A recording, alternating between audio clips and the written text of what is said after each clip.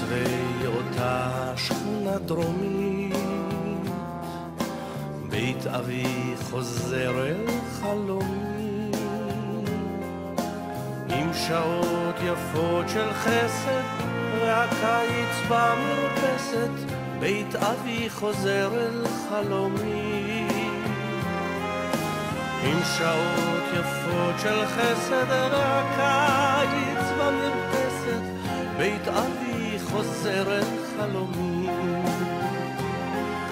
שם עומד הוא בין הדוכנים.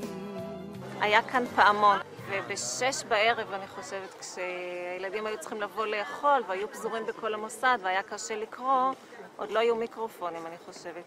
אז היה תורן שהיה עומד ומצלצל בפעמון איזה 5 דקות עד שכל הילדים היו שומעים. אבא מאוד דאג שאנחנו לא נהיה בולטים על פני השטח. לדוגמה, אסור היה לנו לקבל נשיקה מאבא בחצר, כי ליתר הילדים לא היה אבא לידם שינשק אותם. הבית והמשרד זה היה תמיד אותו דבר. גם בבית הקטן, בפינה שם של המוסד, שהיה בית אולי של 50 מטר מרובע, היה בתוכו המשרד. אזכור את הדרך, אזכור את הבית, רק שלך במרחק מפקד.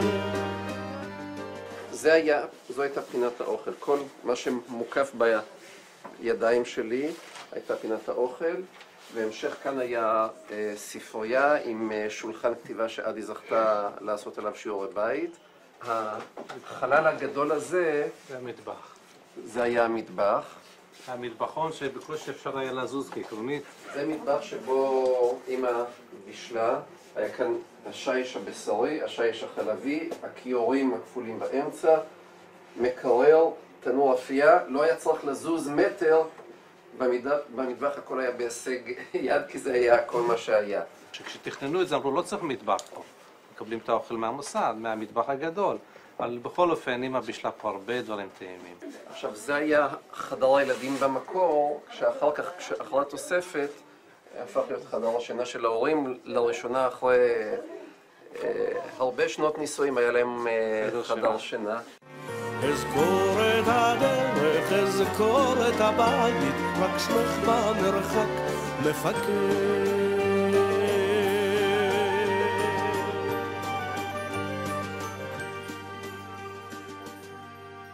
בשנת 1921, בעיר קושיצה שבסלובקיה, נולד דוד, בנם של בן ציון וגיטל פרידמן, כבן 5 אחרי מאיר, פרדליה, אולגה רחל ואליזבת אלישבע.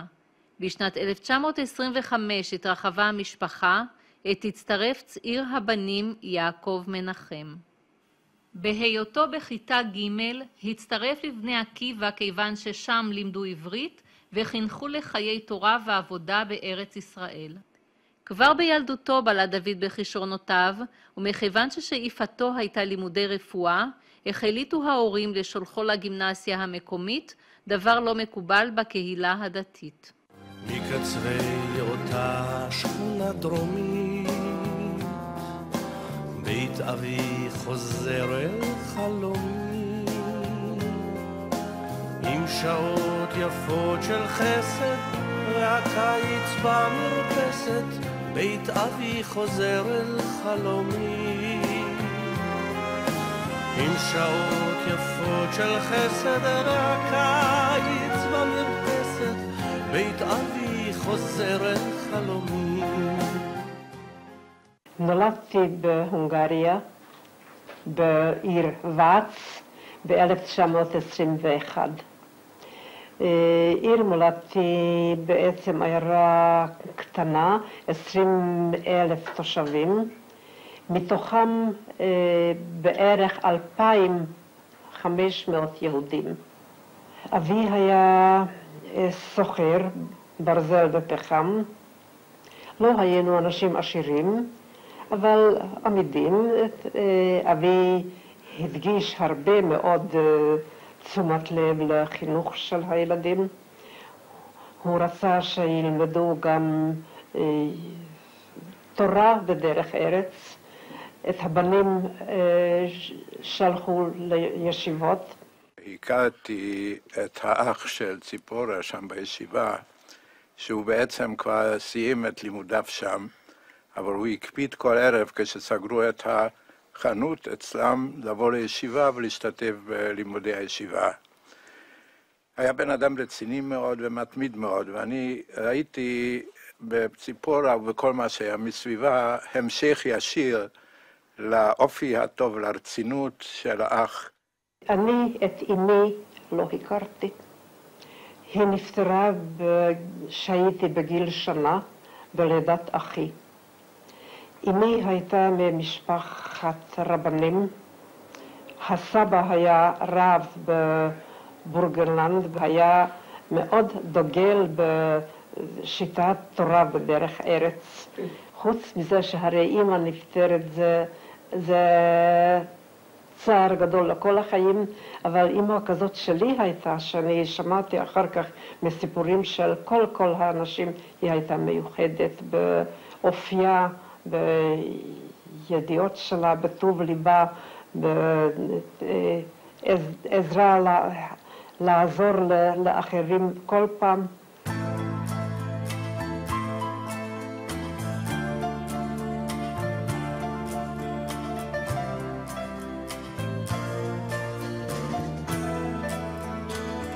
כולם הרגישו טוב שם, ושקיבלו שם את האורחים שם, עם כבוד, כולם הרגישו טוב. אז איך שהיא עשתה את זה הלאה, אז היא למדה את זה בבית. ודברים כאלה רק בבית אפשר ללמוד את הדוגמה. בשנת 1938, עם צירוף דרום סלובקיה להונגריה, קיבלה תנועת בני עקיבא תנופה מחודשת. העיר קושיץ הייתה מרכז אזורי של התנועות הציוניות, בעיקר של תנועת המזרחי ובני עקיבא, ושם היה בעצם מוקד פעילות ארצי כמעט.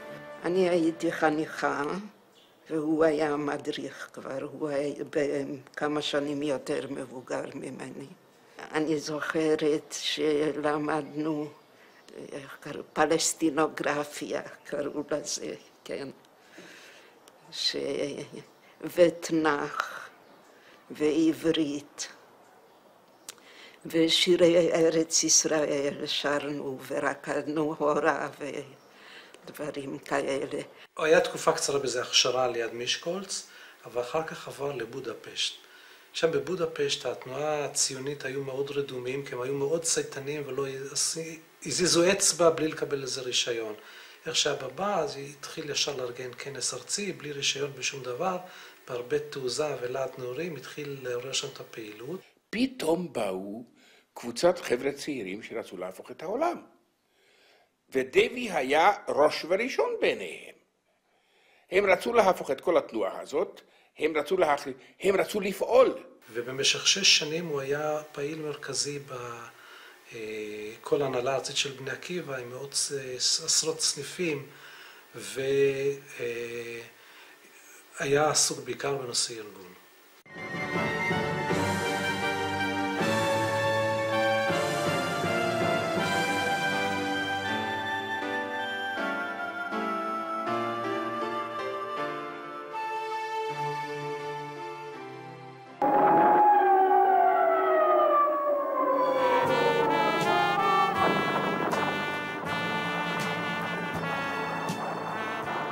עם פלישת הנאצים להונגריה במרץ 1944 ותחילת ההשמדה ההמונית של יהדות הונגריה, התרכזה הפעילות בהצלה.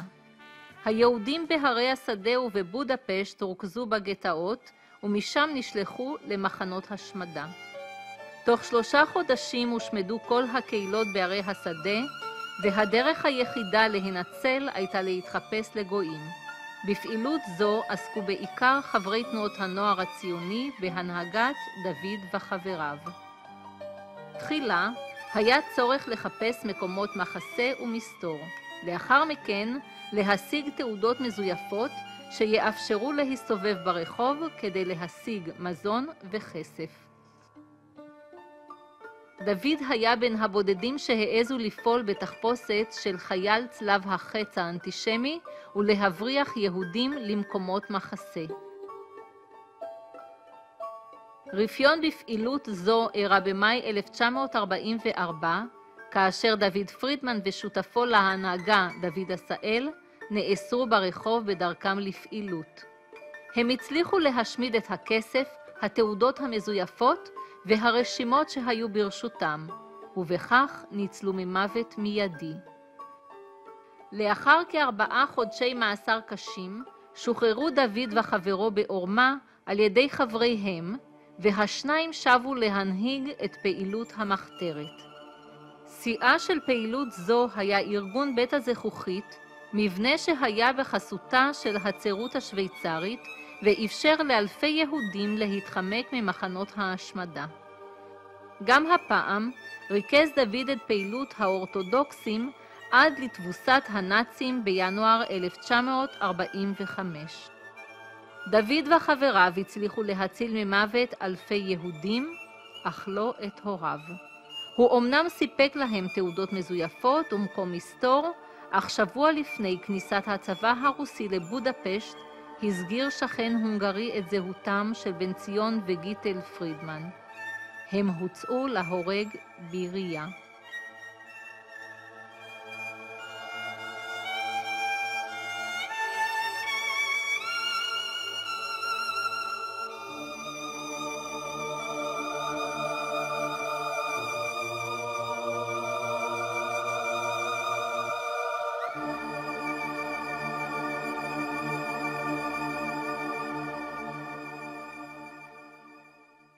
בוא תספר קצת, בתור אח יותר גדול, מה אתה שמעת מאבא כילד, כשהיינו ילדים, על הפעילות שלו בהונגריה. כי אני כילדה לא זוכרת ששמעתי בכלל סיפורים על זה. אני גם לא שמעתי הרבה. פה ושם סיפורים על הפצצות שהוא פירק בזמן המאסר שלו. אבל רוב הסיפורים היו קשורים לפוליטיקה של התקופה ולכל מיני אירועים היסטוריים. סך הכל היה איש אשכולות, ידע את הכל, היה רחב אופקים מאוד, התעניין בכל דבר. ולכן כשהוא סיפר, אז הוא לא סיפר סיפורים אישיים, הוא בכלל היה אדם מאוד צנוע ומאוד לא רדף כואבות ולא רדף כואב, ולכן מה שהוא סיפר זה היה סיפורי היסטוריה ולא על עצמו. אני חושבת שבאמת אף פעם לא שמעתי אותו אומר, עשיתי, בנינו, פעלנו, אף פעם לא. תמיד זה היה במסגרת של איזה סיפור שהיה נראה לי כאילו הוא מספר סיפורים באמת מהידע הכללי שלו ומההיסטוריה שהוא ידע על התקופה, אבל אף פעם לא הבנתי שזה משהו שהוא עשה באופן אישי ושהוא בעצם היה איזשהו גיבור. הגרמנים הגיעו ב-19 מרץ 44. אז פתאום הכל הפך לגיהנום.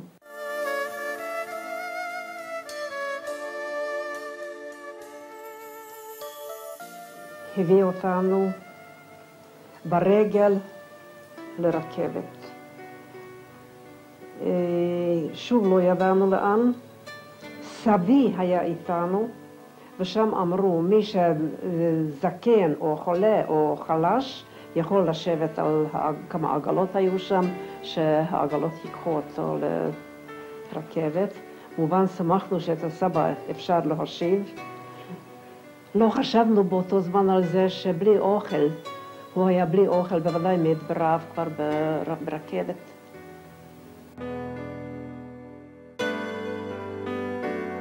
אני השענתי על אבא, באותו זמן אני לא יכולתי לא להישען, והיה לי נקיפות מצפון שאני אולי עוד מכבידה על אבא. קרוב לידי ישבה גם גיסתי עם שני ילדיה, ילדים של אחי אוטו. הילדה בת 7. אני שומעת את הילדה שאומרת, אימא'לה, למה הבאת אותנו למקום זיפט כזה? ואין תשובה. ועד היום אין תשובה, וזה המשפט שלה מלווה אותי עד היום כל הזמן שהרי ידוע שברוך השם ייסדנו משפחה וטוב לנו, אבל המשפט הזה כל הזמן מלווה אותי ולא יעזוב אותי.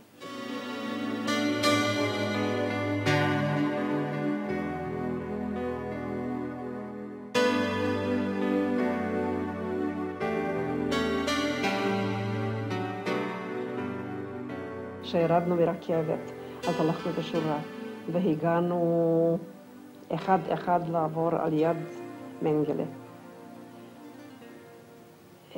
אני עוד קודם רציתי לעזור לגיסתי ולקחתי את הילדה לידי. הרמתי אותה שאני אעזור לה היה הבן ואני לקחתי את הבת. ומשום מה זה היה איזה מלאך שסביבי רצה להגן עליי.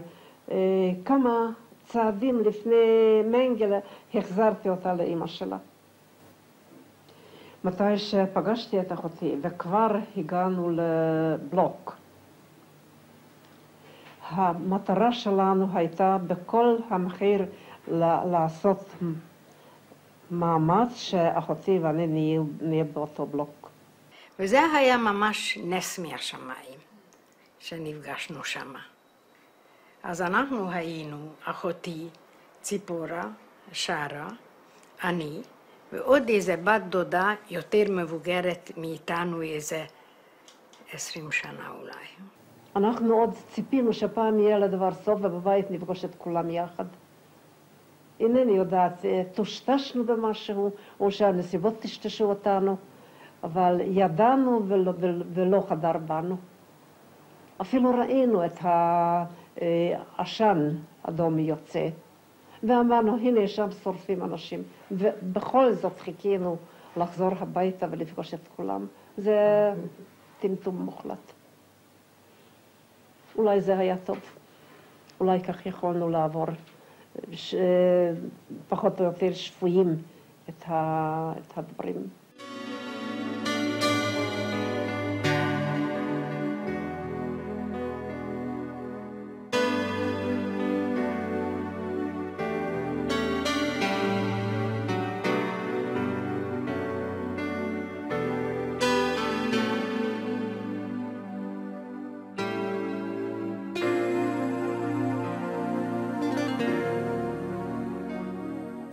לקחו אותנו לרכבת,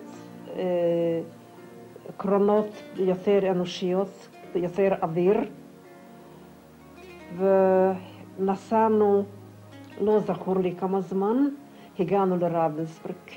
קודם כל בדרך ראינו שיכונים יפים, עולם שלא תיארנו לעצמנו שדבר כזה עדיין קיים. עברנו על יד השיכונים והגענו ליד איזה מחנה, הכניסו אותנו לבלוק, ששם לכל שתי נשים הייתה מיטה. אז מתי שהיינו כבר נקיים וישנו במיטה ואכלנו אוכל, אז ראינו שכולם התחילו לבכות. כנראה אז שהתנאים כבר היו יותר אנושיים, כל אחד התחיל לחשוב מה בעצם קורה פה. כולנו בכינו. כולנו זכרנו את הבית, כולנו זכרנו את המשפחה.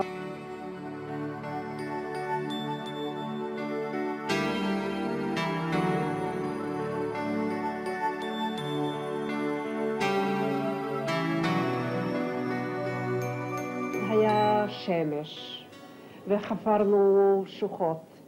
אני בעצמי וילדותי, או זו הייתה הגנה עצמית בלתי ידועה, אינני יודעת.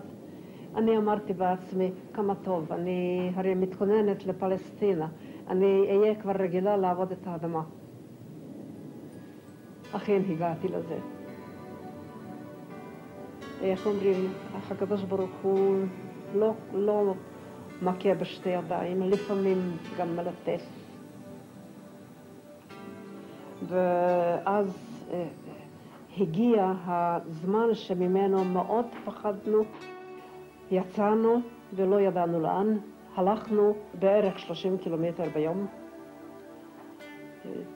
אם מי שלא יכול היה לעמוד בזה ירו בו. כך כל הזמן, כל אורך הזמן של האבוקציה, שבערך שבועיים, הלכנו בשורה בלתי נראית לסוף בין גוויות מצד שמאל מצד ימין.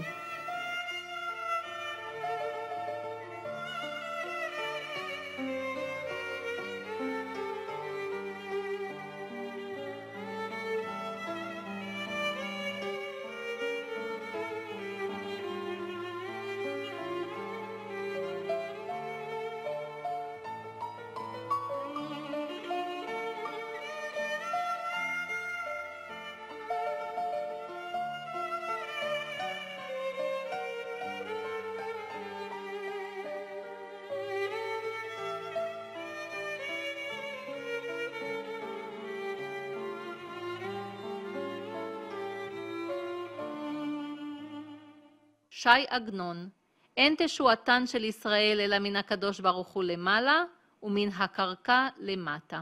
ברית חלוצים דתיים, בחד ובני עקיבא היו יחד. ההנהגה הראשית הייתה בבודפשט, אני הייתי אחד מחברי ההנהגה הראשית, ציפורה הייתה שם המזכירה בה"א הידיעה, והיא הייתה אישה מאוד דומיננטית, אז בחורה. את כל הדברים החשובים, גם לכתוב, אז לא היו מחשבים ולא היו דברים מהסוג כזה, אז היא כתבה עם מכונת כתיבה את הדברים, היא תיקה, היא הייתה הקשר עם ההכשרות, שהיו כ-32 הכשרות בהונגריה, פזורים בכל רחבי הונגריה, והיא הייתה קשר עם ההכשרות האלה במכתבים בעיקר, כי טלפונים לא היו כל כך בנמצא. אני הייתי שייך להכשרה החקלאית, יחד עם חברים, כ-30 חבר, ואילו הוא ועוד חברים אחרים כמו קדרי ואוסי הקטן, הם נשארו בעיר והם היו החלק העירוני, אבל החלק העירוני והחקלאי היוו מסגרת אחת.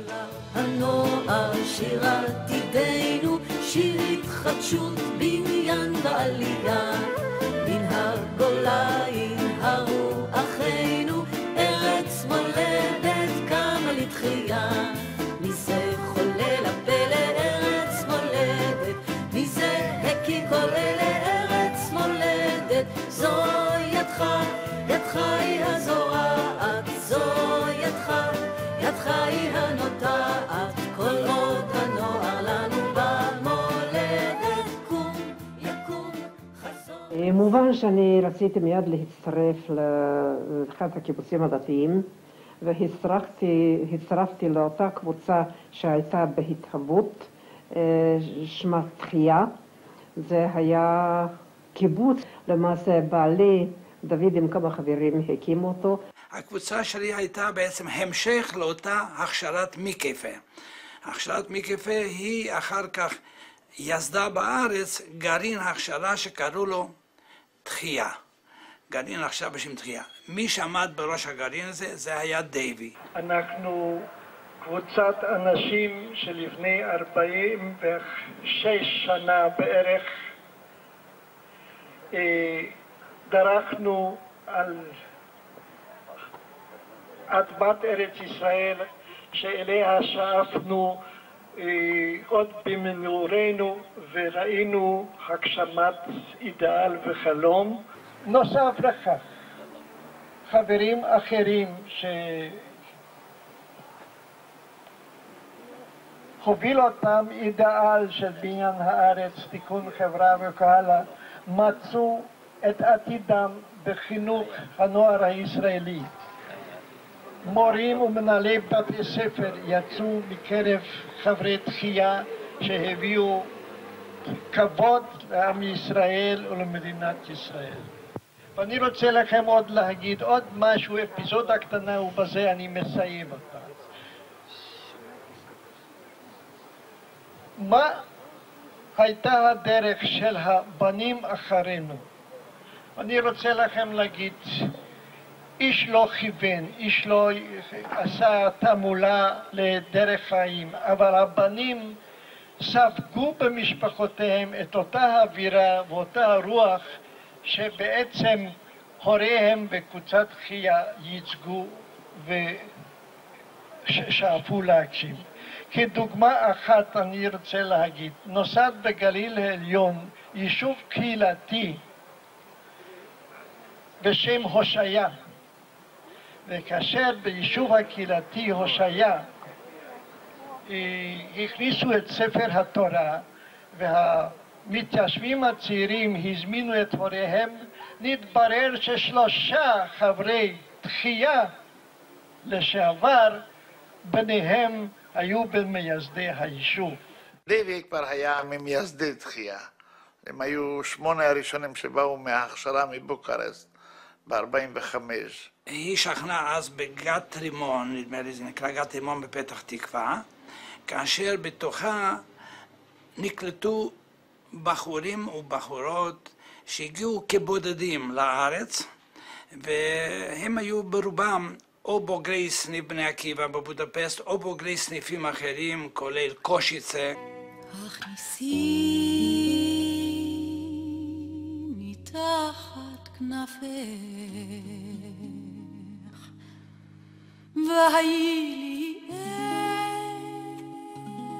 אם ואחות. בבית הדוד הרשי נושא דוד לאישה את ציפורה לבית הירשפלד, ומאז קיים את הכתוב במסכת בבא מציעא, לעולם יהא אדם זהיר בכבוד אשתו, שאין ברכה מצויה בתוך ביתו של אדם, אלא בשביל אשתו. כולם היו עם אותה מנטליות ועם אותו עבר פחות או יותר, ויחד קיווינו לייסד באחד הימים קיבוץ בפני עצמנו. באמת, קבוצת התחייה היא הייתה מעין הכשרת גרעין לקראת עלייה על הקרקע. לא קלה היא לא קלה דרכנו, ועינייך לפעמים כה נוגות,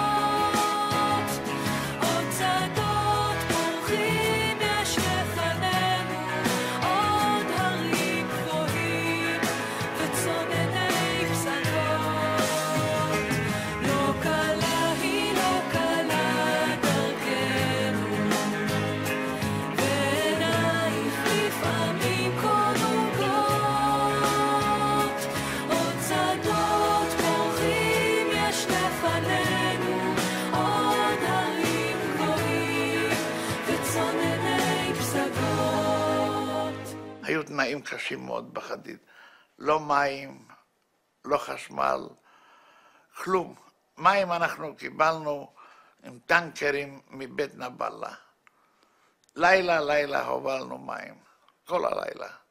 סוף סוף קיבלנו ממטרות, התחלנו לשקות שדות.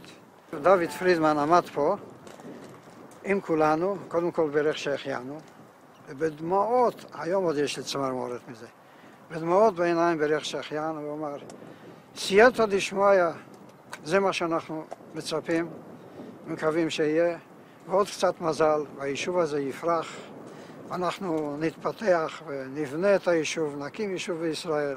גרנו באוהלים פה, מפוזרים, ובלילה כל פעם היה צריך לעלות איזה כמה עשרות מטרים לגובה, שלשם לשמור.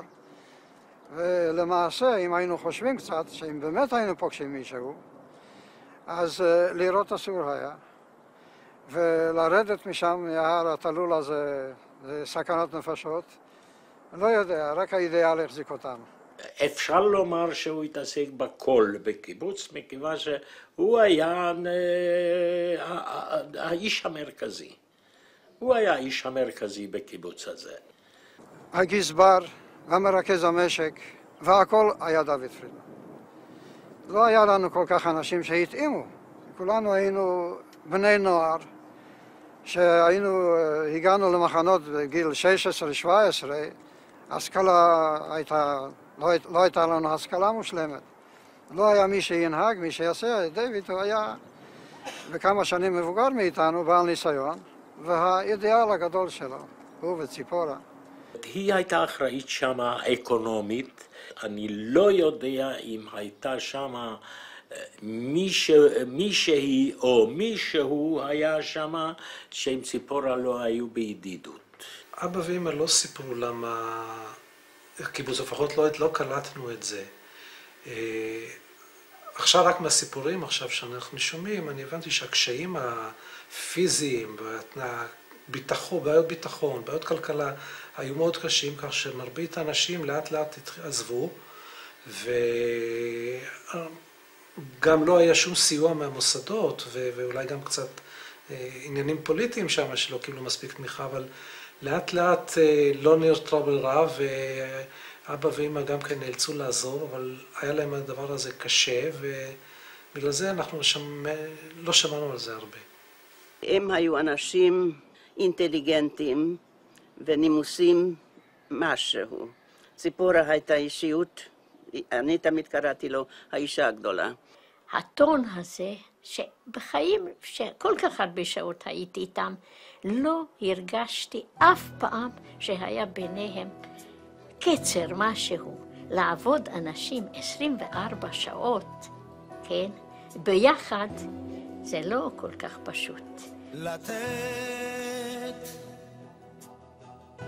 את הנשמה ואת הלב,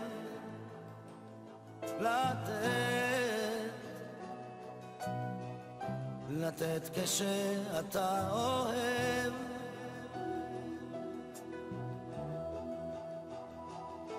ואיך מוצאים את ההבדל שבין לקחת ולקבל, או תלמד לתת.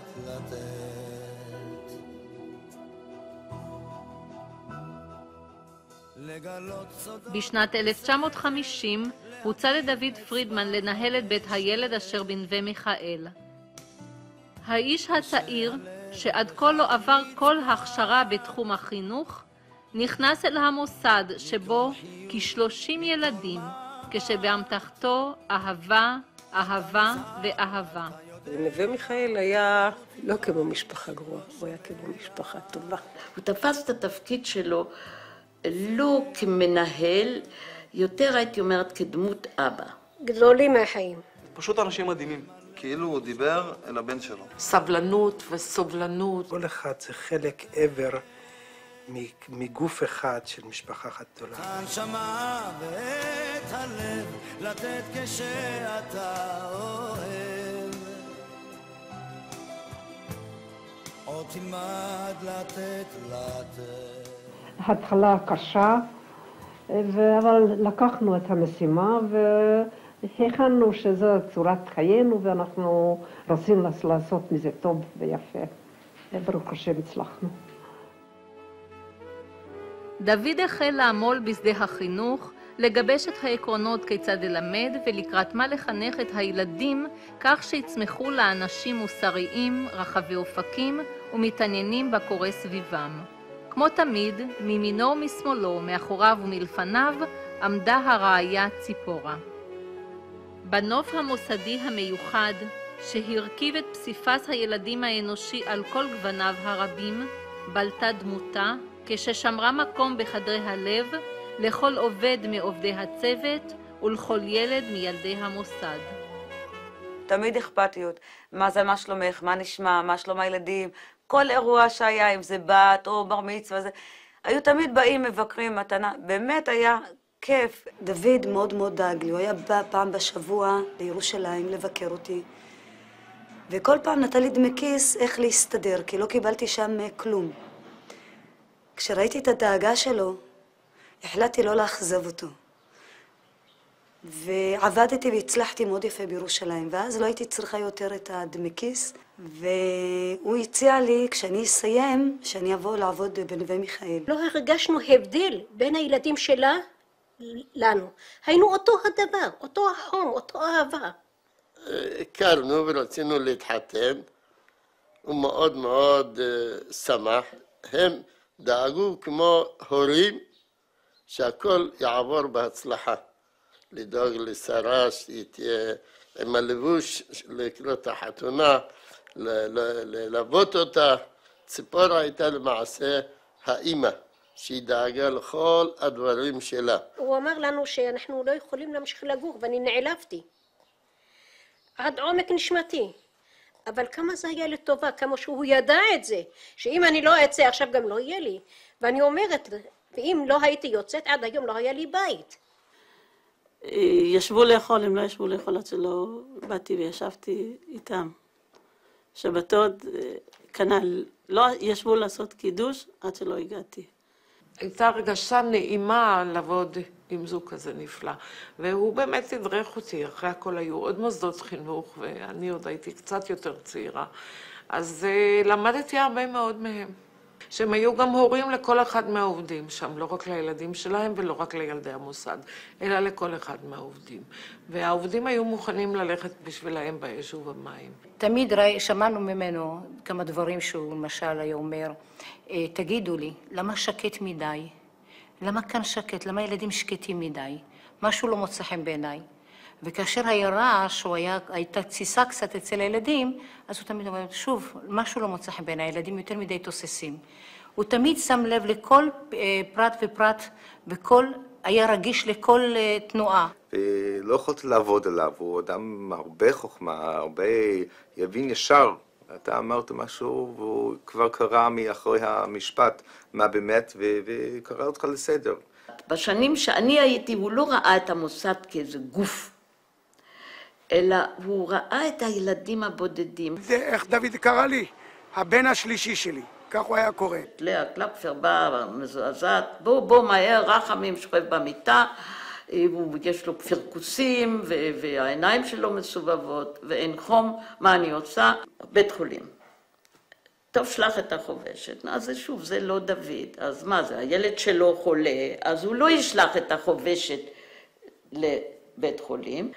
דוד היה עם הילד הזה כמו איזה אבא, הוא ישב שם על הכיסא ונמנם כל הלילה, כי הרופא אמר, אין לי אבחון, הוא נשאר פה להסתכלות. היה מושג אחד ברור, שזה מבנה העולם.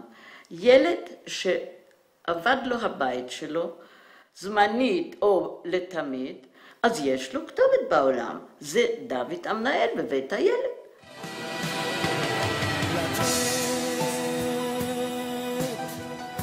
את הנשמה ואת הלב, לתת כשאתה אוהב. עוד תלמד לתת. לראות בתוך הנפילה שיש מקום למחילה. מטרתנו הייתה שהילדים הקטנים, אז התחלנו עם ילדי גן, בני 3-4, שהילדים האלה יקבלו את הטוב ואת היפה והמקסימלי, ונוכל לחנך מהם אנשים מאושרים ואזרחים טובים. זה אחרי אסון שקרה במשפחה, אמי נרצחה על ידי ערבים, ואני בעצמי נפצעתי. מיד כשהמצב הבריאותי אפשר לי, אז לקחו אותי למוסד.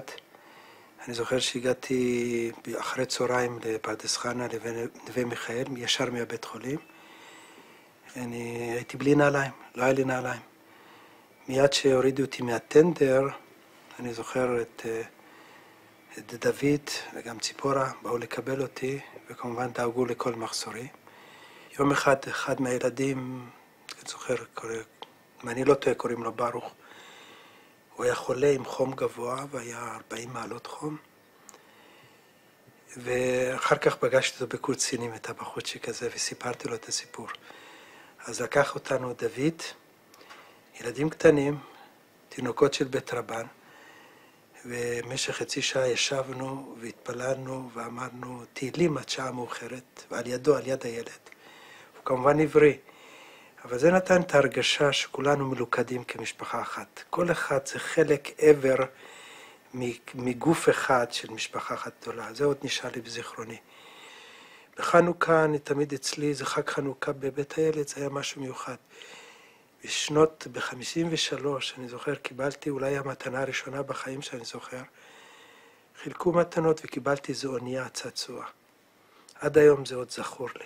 אחי נולד יתום בשנת 45, 3 חודשים אחרי שאבי נפטר. בגיל 2 בערך הוא נכנס למוסד, וגם הוא היה שם עד גיל 8. בגיל 5 בערך דוד לימד אותו לומר קדיש, וביום הזיכרון של אבא שלי לקח אותו לבית הכנסת, ודאג שהוא יגיד את הקדיש, שאני היום יודעת לרחת, זה הילד כן הבין, לא הבין, אבל בשביל אמא שלי זה היה משהו לא נורמלי. אני זוכרת גם שיום אחד היא קראה לי, ונתנה לי לטעום אבוקדו, וזה היה דבר מי ראה בכלל דבר כזה? כשהיינו מתארחים בירושלים היינו מאוד מאוד מקפידים ללכת לבקר אותם, עוד בהתחלה בשנים שהם עוד היו בריאים, ואחר כך כבר כשהם לא היו כל כך בריאים. והיינו הרבה מעלים זיכרונות ומדברים על ילדי המוסד. ופתאום ככה ציפורה אומרת, את יודעת, כל אחד מכם הייתה טרגדיה. כל אחד הייתה, כל ילד וילד היה סיפור לטרגדיה שלמה בפני עצמה. תתארי לך את כל המכלול. אז אמרתי לה, את יודעת ציפורה, היינו כולנו טרגדיה, אבל לא הרגשנו טרגדיה. שרנו ורקדנו והצגנו, ואני חושבת שברגע שגם אם ילד הוא טרגדיה, אם הוא לא מרגיש שהוא טרגדיה, הרי למישהו מגיע תודה על הדבר הזה. בשמיים יפה התכלת, ואני מצייר עננים, אז אומרים ההורים, נו ילד, גם אנחנו היינו קטנים. הגדולים שואלים, נו ילד, מה תרצה לעשות כשתגדל? שאלה שכזאת מבלבלת, ואני לא יודע בכלל. איך אדע, ועודני ילד, זו חידה, ותשובה לי אין, שאדע, לא אהיה כבר ילד, וחי בשיר מתנגן, כן כן. איך אדע, ועודני ילד, זו חידה, ותשובה לי אין, שאדע, לא אהיה כבר ילד, ודי בשיר מתנגן, מתנגן. ואני דבר אחד לא אשכח, שתמיד היה עושה לי טוב את הערב שישי, שהוא היה מקדש לכל הילדים בחדר האוכל. את זה אני לא אשכח אותו. וזה היה מרגש מאוד, כולם היו בדממה, והיה מזמר את השירי מזמורים של יום שישי, והיינו מצטרפים אליו, וזה היה מרגש מאוד.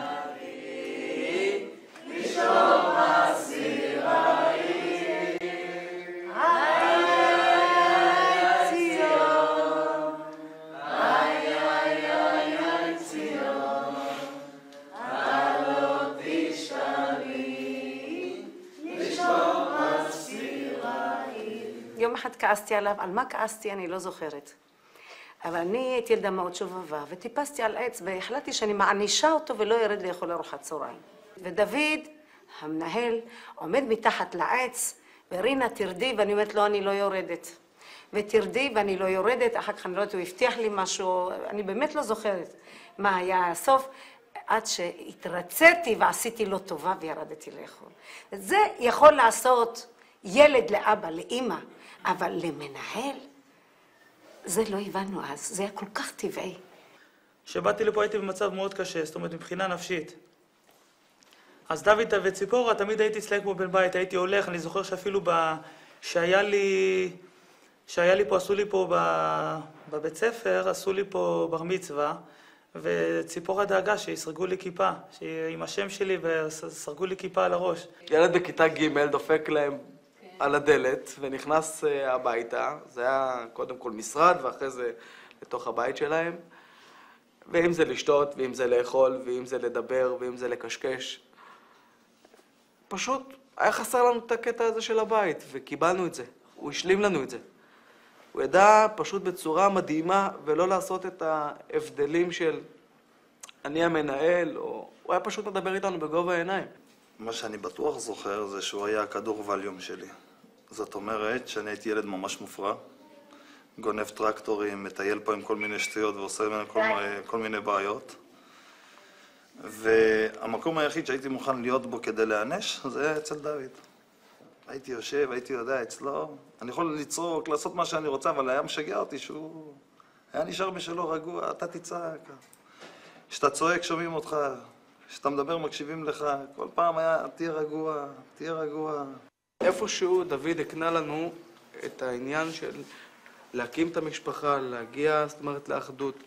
והיום שאני מצליח והולך לי וטוב, אני מאמץ ילדים, זה נקרא בית חם.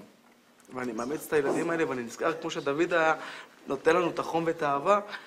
כך פשוט אני נותן לילדים האלה היום, אני ועוד קבוצת סוכנים שאנחנו מחזיקים אותם, וזה איפשהו אני סוגר מעגל מלפני 22 שנה, שבו אני נזכר כשאני הייתי ילד בכיתה א' וג' ודוד וציפור היו נותנים לי את החום ואת האהבה, היום אני הולך ואני יכול ללכת ולתת את החום ואת האהבה האלה לילדים. דוד לוקח אותי איתו לנסיעה לתל אביב, אנחנו יורדים בתל אביב, הדבר הראשון שהוא עושה, הוא קונה לי כיפה, כיפה כחולה. פעם אחת זה היה בסוכות, הכניסתי למסעדה שם בסוכה של הקסטל, ישבנו שם, הוא אומר לי, עכשיו אתה כמו מלך, מותר לך להזמין מה שאתה רוצה. אמרתי לו, מה? אני לא יודע מה לקחת. אבל השאלה הראשונה שהם לימדו אותנו לשאול בזמנו, האם האוכל כשר? הוא אומר לי, בוודאי, אם אני אוכל, אתה לא תאכל, מקום כשר תאכל. מה להזמין? אמרתי לו, אני לא יודע כלום. מה זה ילד? כולו בן 7. כמה הייתי שם? 6, 7. אז הוא הזמין עבורי, והוא אומר לי, תאכל את הכל. ארוחת מלכים כזאת, אתה לא תקבל בכל יום. כתפארת העץ בענפיו ובפירותיו, וכתפארת ההר בעציו, כן תפארת איש בבניו. בנם הבכור בן ציון נולד ביישוב חדיד, ובנווה מיכאל התרחבה המשפחה כשאליו הצטרפו ראובן ועדי. אדם יכול להתרומם לאהבה וכבוד לאנושות רק דרך האהבה למשפחה, ואכן היוו ציפורה ודוד בראש ובראשונה לילדים, מורים, מחנכים, מדריכים ויועצים.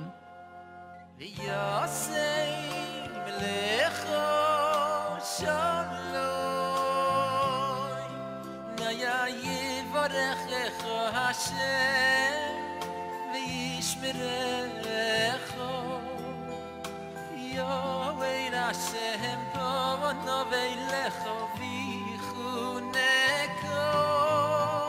יישום השם פונו ואילכו יעשה מלכו שלום. הילדים שלהם היו בעצם, אני מכירה את הילדים כמו שאני מכירה את הילדים שעבדתי איתם. הם היו איתנו כל הזמן, חמים, טובים, דאגו, הסתובבו. אני זוכרת את סיפור קטן שהיה לדוד כשלקח את עדי לכיתה א'. הייתה התרגשות מאוד גדולה, ובדרך אחד הילדים תפס אותו ואומר לו, אצלי אף אחד לא לקח אותי לכיתה א', משהו כזה, ואני זוכרת, הילדה עמדה יחד איתו וחיכתה שהבנק שלה יתקדם איתה, אבל הוא עמד עם הילד ודיבר איתו וניחם אותו וזה, עד שהיה מרוצה, ואחר כך הלך עם הילדה שלו. אבא לא היה אבא כזה שהיה לוקח אותנו לאיזה טיולים, משחק איתנו כדורגל, הוא היה אבא מלמד, אבא מחנך. בתור אבא, מדריך. כמו שהיה מדריך את הילדים, היה גם לנו אבא כזה, אבא מדריך. 36 שנים ניהל דוד את בית הילד, והקים שם בית ספר יסודי ובית ספר תיכון מקצועי להכשרת מטפלות. לאורך השנים דוד לא שקט על שמריו ופיתח את המקום חינוכית ופיזית כאחד. בית הילד, שהכלס בתחילתו 30 ילדים, הפך לכפר ילדים ונוער בו שוהים כ-150 חניכים. במהלך פעילותם חינכו דוד וציפורה כ2,000 תלמידים ותלמידות. כולם יפה.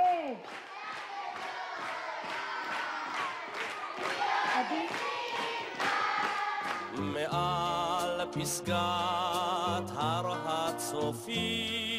כה אמר השם, שבתי אל ציון ושכנתי בתוך ירושלים. שנים ודורות לימדו, חינכו וטיפלו דוד וציפורה בילדי המוסד עד יציאתם לגמלאות. בתקופה זו הגשימו את חלומם, לחיות בירושלים. כאן, סמוך לנכדים ולחברים, מצאו שדה נרחב ופורה להזין את נפשם וצמאונם, להוסיף דעת ומרפא לנפש ולספר את סיפור חייהם. המשך השנים הכי יפים, הימים הכי יפים היו מה שהיינו איתם ביחד. אז גם הם באו אלינו גם כן, וטיילנו בהלמויד, והיה איזה חופש. אני זוכר את דוד עומד על זה שבכל שבת, לא משנה מזג האוויר, גשם, שלג, רוחות, אחרי סעודת ליל שבת, פקל. הוא היה יוצא יחד עם ציפורה, אם ציפורה לא הרגישה טוב, הוא היה יוצא לבד. ממש אמרתי לעצמי, איזה אדם עשוי ללא חת, הוא פשוט גבר אמיתי כזה, זאת אומרת, פשוט הוא היה יוצא לדודה בשקה, לאחותו בשקה, גם לפני שחלתה, וקל וחומר אחרי שחלתה. הוא היה מצרף אותנו למסעות האלה כשהיינו יכולים או מוכנים, אבל אצלו זה פשוט היה שליחות, אדם של שליחות. פשוט, ואז אני הבנתי מתוך זה איך הוא כנראה פעל במחתרת, איך הוא עבד. זה אדם של שליחות, זה זוג של שליחות, ואני פשוט זוג ענק. דוד יום יום בא אליה ועודד אותה, וללא התמיכה הנפשית שהוא נתן לה, היא לא הייתה יכולה עם מי להמשיך. וגם ציפורה הייתה מגיעה איתו יום יום לטפל באמי שחלתה ולעזור לה. ובמיוחד הסעד הנפשי האח נתן לה, זה מאוד עזר לה. ומאוד עודד אותה, כי אחרת היא הייתה נשברת לפני כן. כאשר באנו הנה לירושלים, בין השאר שקלנו בעצם למי אנחנו באים, מי הם החברים שלנו, מי יש לנו היום בירושלים. אז התברר שהיו כמה חברים, דבי היה המרכזי ביניהם. כשציפורה חלתה, והיא סיפרה לי, אני מוכרחה לטפל בעצמי שאני יכולה לעמוד על יד דוד. ומרגע הזה היה באמת הכל הריכוז המרכזי של החיים שלהם. כל הזמן אמרה, אני צריכה להיות חזקה, כי מה יהיה עם דוד אם אני אתמוטט? באחת הפעמים שבאתי לבקר אותם בירושלים, זה היה בדיוק אותה פעם שהיא החליטה לעשות את הפלפל הממולא. והיא הייתה כבר חלשה ועייפה, והיא החליטה שהיא עושה פלפל ממולא למרות הכל. ולקחה את הבשר והכניסה לכלי, ונאנחה והלכה לשבת על הכיסא במטבח, ונחה. ואחרי זה קמה והכינה את הטבלון, והרבבה ונחה. וקצת אוי וקצת יאי, והמשיכה עוד. וככה עם כאלה מאבקים וכאלה מאמצים, היא אחרי חצי יום גמרה להכין את הפלפל הממולא. וזה היה, אני חושבת, הפלפל הכי טעים. Én vagyok az egyetlen, aki megmaradt a 7 testvér közül, és a Cipóra elment, az nekem nagyon fáj, mert kéz a kézbe voltunk mindig, 2 év különbség volt köztünk, és mindig együtt. És ő valami különleges teremtés volt, nagyon büszke lesz rá, hogy te honnan jöttél. Azt mondták, ha valamit az iskolában nem tudott valaki, azt mondtam, a tanító, majd megkérdezzük a kis hírsfegyet, ő fogja tudni, és ő tudta, mindent tudott. És nagyon vallásos volt. És elszakadtunk, és most már végleg elszakadtunk. És nincs mit mondani. De szét. יום שישי האחרון אני רוצה עוד לספר. נסעתי לירושלים, יום שישי, מהבוקר כמעט ישבתי מולה. היא הייתה כבר אז מאוד מאוד במצב קשה, אני חושבת, זה היה זמן קצר לפני מותה. ראובן בא דקות ספורות כמעט לפני שבת, עוד לטפל בה. לטפל בחמימות. ראובן מאחד בו משהו, כולם אני מאוד אוהבת, וכולם אישיות בעצמו, הילדים. אבל ראובן גם בתור רופא הוא נהדר. הוא אנושי כזה עוד לא ראיתי הרבה. אז הוא טיפל בה, ופתאום ציפורה, חצי חלום, פתאום היא אומרת, יום שישי, יש יין, יש מקום לכולם. קול חלוש כזה, וראובן מרגיע אותה, אל תדאגי אמא, יש מקום לכולם. ואני בליבי אמרתי, זאת ציפורה. זאת הייתה ציפורה ברגעים האחרונים הדאגה לכולם. מה הטריד אותה? מי ידאג לתת את המנת בשר שהיא שולחת כל חג לאיזשהו מישהו, אני לא יודע, למישהו בבני ברק. וזה היה שוב אני חושב אחד הדברים האחרונים שהיא אמרה עוד תחת ההכרה. חוץ מזה שהיא כמובן טיבלה את זה בכל מיני תפילות מיום כיפור ופסוקים מתפילות שונות, ורשימת המטלות צדקה.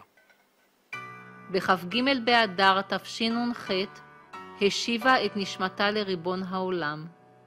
נדם קולה, חשכת הצער נותרה בחללו של עולם, ועימה צרור הזיכרונות. דיוקנימי על הפסנתר, יד הימים יפים יותר, וגם ימים יותר קשים, 1930 בקיץ.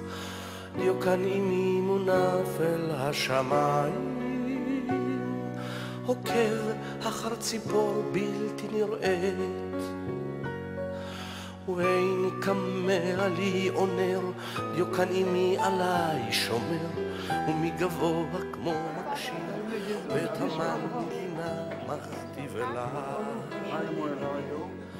דיוקן אימי מונף אל השמיים, שומע הללויה כל העת, כמו מתוך אגם רחוק, אגם שקט. קורא שלפעמים נורא עצוב לי, קורא שלפעמים יש יום אפור, קורא ששום דבר כבר לא חשוב לי, לא הללויה, לא שמיים, לא ציפור. דוד, שיבדל לחיים ארוכים וטובים, זה כאשר אני מסתכלת עליו, אני רואה את דמותו של אבא, עליו השלום, גם בפועליו. שהוא אדם שהושיט יד לכל אדם ועזר לכל אדם. מי זאת שעזרה לי שאני הגעתי פה? כמובן ציפורה. זה היה הבית שלי. אני כמעט כל שבת באותו חצי שנה הייתי בפרדס חנה לשבת. זה היה כאילו מובן מאליו. בתחילה אנחנו היינו חוגגים רק את ליל הסדר ביום הראשון. ציפורה הייתה מכינה ועורכת הכל בשקט ובשלווה ובארגון ובתכנון, וחיכו הילדים מפסח לפסח. הם יצאו כל כך טעונים מכל הבחינות, מבחינת החוויה המשפחתית, מבחינת החוויה הרוחנית. הם היוו בשבילם ממש סמל, דגם לחיקוי.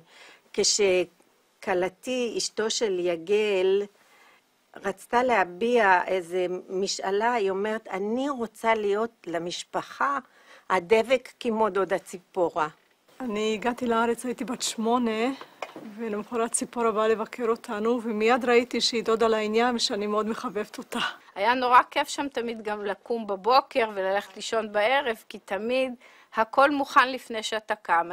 הפנקייק הרותחים, יושבים לך על השולחן בצלחת מוגשים אסתטית עם סירופ מייפל כזה, שעד היום הפנקק שאני מכינה לילדים שלי, זה מהדודה ציפורה שלימדה אותנו לעשות את הפנקק האלה, וזה הטעם אמנם חסר, אבל אני מנסה. היינו שועטים לכיוון פרדס חנה, למפגש הגדול המשפחתי, ושם הזיכרונות שלי מחוברים א' לאותם אפיונים של בית קטן אבל גדול, ושהכיל את כולם, וכמה שנכנסנו תמיד היה עוד מקום. חלק גדול מהילדות שלי עבר עליי בביתם של הפרידמנים בפרדס חנה. שם למדתי לרכב על אופניים, שם הפרעתי לעדי כשהיא התאמנה על הפסנתר. עדי הייתה התלמידה הטובה שצריכה ללמד מה לעשות את הבת הפחות טובה שלה. ועדי הייתה מאוד קשוחה איתי, היה לה סדר ללימודים, מה צריך להספיק בדיוק, כל שעה, וציפורה תמיד היה לה לב רחמן אליי. היא תמיד, אין דבר, תני לה ללכת לישון, היא עייפה, לא עכשיו, אז היא תקום מוקדם בבוקר, אז היא תמשיך מחר, לא חייבים הכל היום לגמור, ותמיד הייתה למעני. היינו יושבים בערב במרפסת, כן, עוד לפני עידן המזגנים, יושבים בחוץ על המרפסת, וילד בא ונכנס ככה כאילו הוא מהמשפחה, אני לא מצליח להירדם, דברים כאלה, ויושב אצל דוד על הברכיים עד שהוא נרדם. הבית הזה, כמו שכבר תיארו אותו, זה מה שמתואר בספרים, איזו נתינה כזאת בלי גבול. יום אחד חמתי ובעלה הגיעו ישר אחרי שציפורה ודוד התחתנו אליהם לבית, והם לא חשבו להתעכב שם ולישון, אבל הם באיזשהו שלב הגיעה כבר שעה קצת מאוחרת, ודוצי וציפורה לא הרשו להם לנסוע לשום מקום. אמרו להם, אתם תישארו לישון, הם אמרו, אין פה מקום, הם אמרו, אתם אל תדאגו. לכם תהיה מיטה לישון, אתם לא תדאגו. ואז באמת הם הלכו לישון, ההורים של ינקלה זה בעלי, הלכו לישון, וקמו בבוקר, הם רצו ללכת לרחוץ פנים וצחצח שיניים, הם גילו את דוצי וציפורה ישנים במקלחת, העיקר של ההורים של בעלי יהיה להם איפה להיות. לנו תמיד דוד ודודה ציפורה תפקדו מבחינתנו כל דבר כסבא וסבתא. קיץ 1979, אבא ואמא נוסעים לחול, אני נמצא אני לא יודע למצוא את המקום הזה בנגב היום, יער לוזית, מחנה קיץ של בני עקיבא, חום, אימים, זבובים, לחות, כל מה שמחנה קיץ בקיץ אומר. מאיפשהו פתאום אומרים לי, הסבא והסבתא שלך הגיעו. הסבא שלי, זצ"ל מצד אמא, לא היה בדיוק הטיפוס שהיה צפוי להגיע למחנה לוזית בנגב. ידעתי ופתאום דוד דוד ודוד ציפורה מגיעים, לא היה להם שום תוכנית באזור. הם פשוט אמרו, ידענו שההורים בחול ושאתה לא תרגיש שלא באו לבקר אותך. אמא סיפרה לי בזמנו סיפור שכשהיא הייתה תלמידה בבית הספר למסחר בהונגריה, היא למדה אצל הנזירות. עכשיו, הכומר החליט שהוא גם כן בוחן אותה. הוא שאל אותה, למה אין אונון באשרי יושבי ביתך? ואז הוא כמובן ציפה וידע את התשובה שאין נון כי נפלה עטרת ראשנו. וכמובן שאמא ידעה את התשובה, אבל בזה, מה שמאחורי זה היא סיפרה, שאז נפלה, אבל הנה עכשיו אנחנו מקימים אותה מחדש. זה בעצם הסיפור שלה, של להקים מחדש את עטרת ראשנו שנפלה. אני תמיד זוכר את סבתא משננת לנו הלוך וחזור, וזה שחברים זה דבר שהם מוצאים, ולפעמים נשארים איתך לשלב יותר מאוחר, ולפעמים כבר לא, אבל משפחה, בני דודים, אין, זה תמיד כל החיים. סבתא הייתה דואגת להכין לכל אחד בדיוק את האוכל שהוא אוהב, ולשאול אותו על הנושאים שהוא מתעניין בהם, וממש דאגה והרבה הרבה אהבה. מאיר, מוריה, יערה ואני היינו באים הרבה לסבא וסבתא, אז בחופשים היה יוצא שלנו ביחד,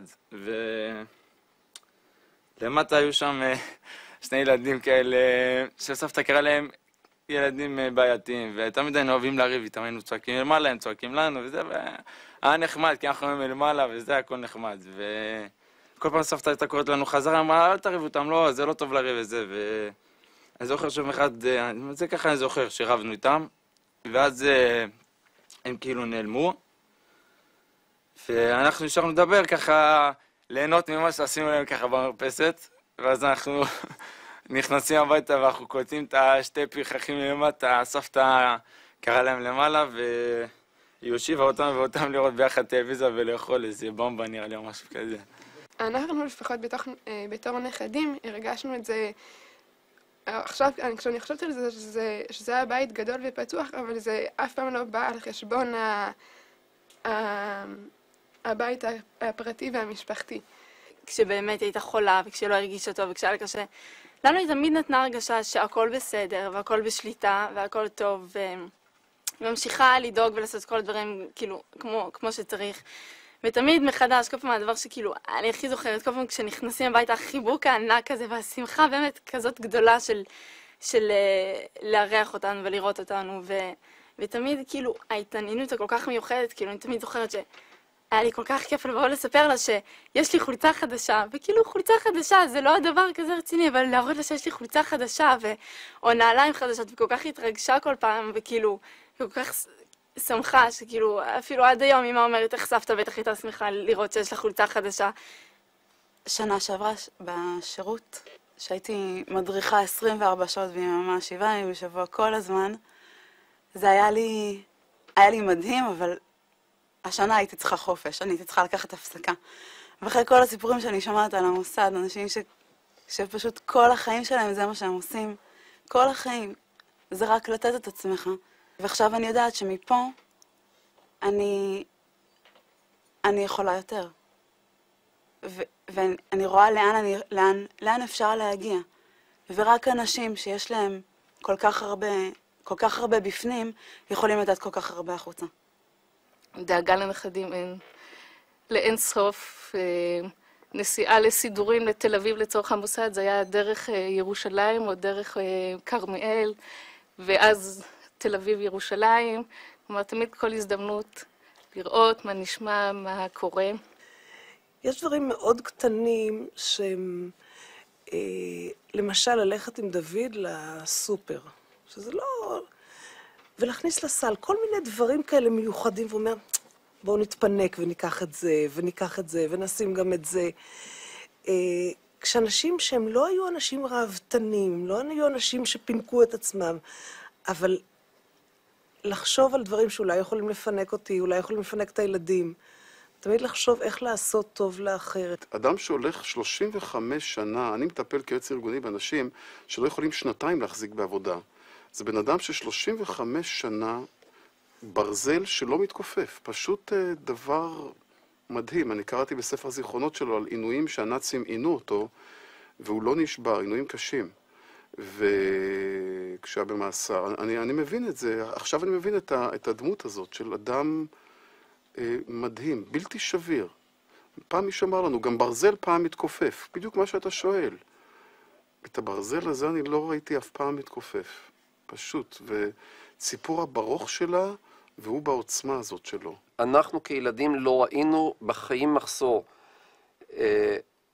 הם חסכו מעצמם כדי שאנחנו נחיה עם כפית של זהב בפה, גם אם הכפית לא הייתה של זהב, אף פעם לא הרגשנו שהיא לא של זהב, כי לא היו שאיפות שהכפית תהיה מזהב, אלא שמה שיש הוא הטוב ביותר, והוא זה שצריך להיות. בעיניים בוגרות ומקצועיות שיש לי היום, גם כעובדת סוציאלית וגם כפסיכותרפיסטית, אני כל כך נדהמת ומעריצה את הבריאות הנפשית שאבא ואמא באמת העניקו לנו, ובאמת יכלו לתמרן עם החוסר גבולות ועם הגבולות ועם הנתינה לאחרים ועם ההקדשה למשפחתיות, מין תמהיל כל כך בריא עם שואה ועם תקומה, שבאמת אני באמת עומדת נפעמת דווקא בסיכום של היום הזה, שבאמת היה צירוף של כל הסיפורים, שבאמת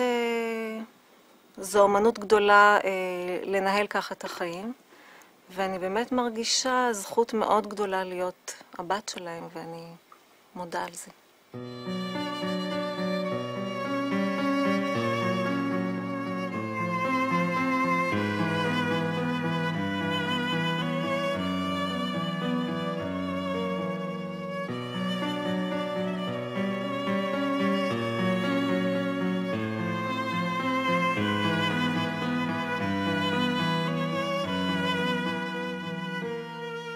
שטלטל ניגונים בימי ואבי, ניגונים מזמורים שכוחים, גרעינים, גרעינים נשאם לבבי, עתה הם עולים וצומחים.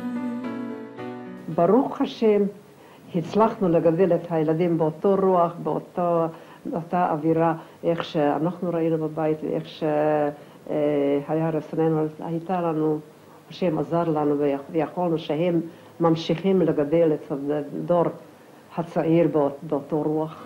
התאים טובים, קורות בדמי, שורשיהם באורכי שלובים.